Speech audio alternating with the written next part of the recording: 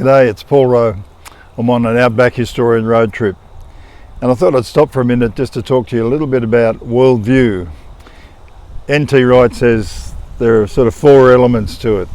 There's the stories we tell one another, there's the questions we have in life, there's the symbols we use to sort of explain the world around us, and then there's kind of the praxis, the everyday things we do. And our worldview is the kind of lens we look at through to look at life, and those things shape us. Well, I thought today I'd stop here in Gundagai. Behind me is the Murrumbidgee River, and you can see the new road over there. I think you've probably heard of the road to Gundagai. A lot of people had in my generation. We grew up singing, on the road to Gundagai. There's a track winding back to an old-fashioned shack along the road to Gundagai. Mum and Dad are waiting for me, my pals, I'm going home. And that song became very, very popular during the 20s and 30s. It was written by a popular songwriter called Jack O'Hagan. Interestingly, he thought, writing songs about Australia isn't going to wash here in the early 1920s. So he wrote a song about America, and he sent it to the publisher, and they sent it back and said, no, we want songs about Australia. So he wrote The Road to Gundagai, and it became extremely popular because of radio, because it was introducing the serial Dad and Dave, which was extremely popular. So it's sort of the road to Gundagai somehow embedded itself in our culture and thinking as kind of a symbol of home. And it's a good way to explain how a place most of us perhaps never visit or even think of visiting, but it can take on a bigger meaning because it sort of symbolises, or it tells us stories about things that we value, about being home, being with Mum and Dad, with friends. And that's the first chapter. A bit further along, I'm going to tell you another part of this story. So come with me and we'll tell you the story of the dog on the tucker box.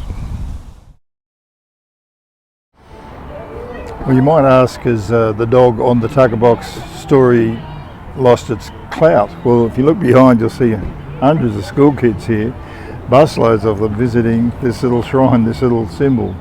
Frank Rasconi was a sculptor in this town in Gundagai who designed and built the plinth out of marble, and it's sort of become a signature on the highway that goes past here, that people pull up on the road to Gundagai, and there's the dog on the tucker box, the symbol of the faithful hound. Well, it comes back from way back in the 1800s with a bullocky that was going through here, got bogged in the creek, end of a frustrating day, found the dog sitting on his tucker box, and that sort of killed it for him. Well, that grew into the larger myth, if you like, of there's the loyalty of a dog to his master and the way they helped people get on in tough times. Well, they're the sort of symbols we sort of find, and we build a story around it, a myth, if you like, and sometimes it answers some of the questions about who are we and what really matters to us, like loyalty, like courage, like sticking together, and that becomes part of the praxis. And here we are, we've got kids here, and as I noticed, a lot of these kids are new, obviously from immigrant families who've come to Australia now, are learning the story of the dog on the tucker box from nearly 150 years ago.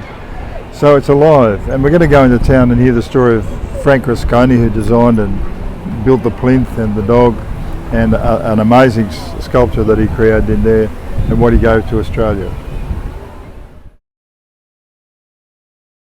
Frank Rasconi was born in Australia, near Braidwood, eventually went back to Italy, or Switzerland, which was his native place, went to Italy to study how to be a sculptor, came back to Australia, brought those gifts here, ended up in Gundagai of all places, and he wanted to prove to Australia and the world that Australian marble could match anything in the world. So he set about making this astonishing model here, nearly a metre tall, 20 different kinds of marble from New South Wales, 20,000 plus pieces, over 28 years working at night with handmade tools, things that he had himself.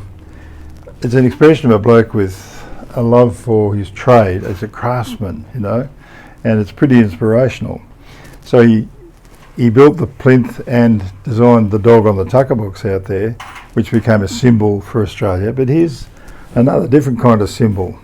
His love for his Catholic Church and his expression of his worship, I think, in terms of marble and his art, just like Michelangelo making those Pietas and things. Well, this in a minor sense, he's doing the same thing here. He did it other places as well around Australia.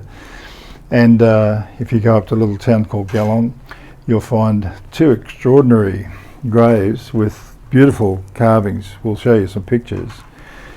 But on there are two girls on each side of the grave expressing faith and hope. And I think Frank Rusconi was a Christian man in the sense that he had a belief in Christ. He loved his church, and faith and hope were sort of central to his life. And these beautiful things that he made tell us a story, another set of symbols that sort of answer questions about what's important in life and how can you use your gifts and how can you make something special for Australia to tell something of our story. So I think Frank Rusconi, he deserves the plaudit, of Australia to say thanks for putting your gifts to work for us.